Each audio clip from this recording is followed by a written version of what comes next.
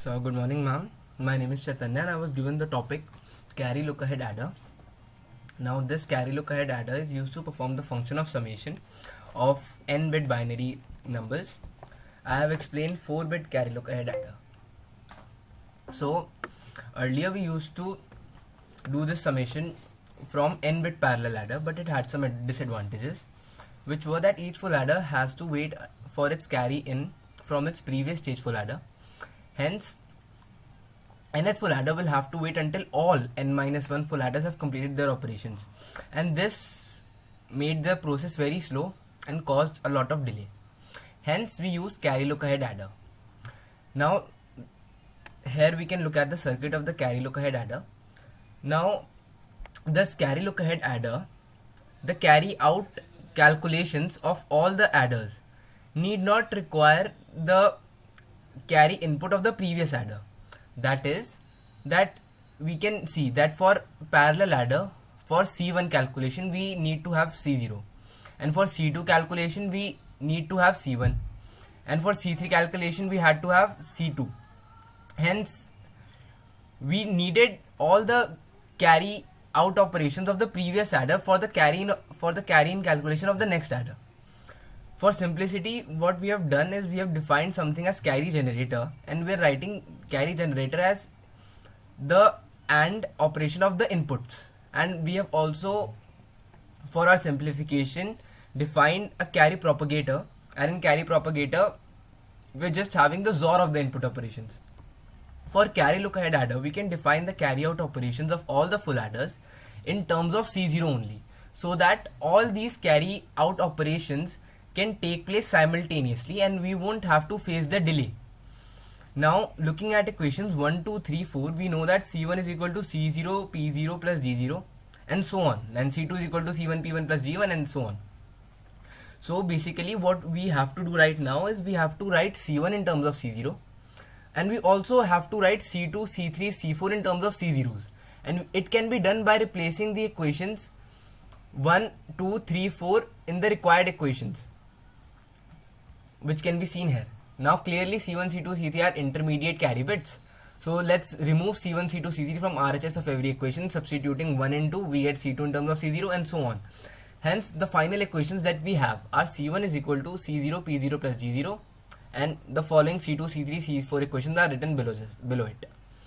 Now looking at this logic diagram, we can see the combinational circuits above. 3 combinational circuits. These combinational circuits are nothing but the representation of all these 4 C1, C2, C3, C4 equations. Combinational circuit C, we can have a look right here, that the C1 in the full adder 2, in the second full adder, where the inputs are A1, B1 and C1. For this, the combinational circuit will have the inputs as A0, B0, C0.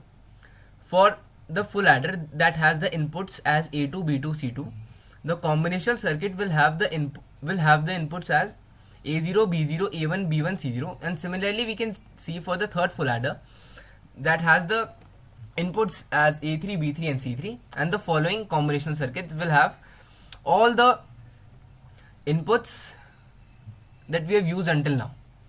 That will be A0, B0, A1, B1, A2, B2 and again C0.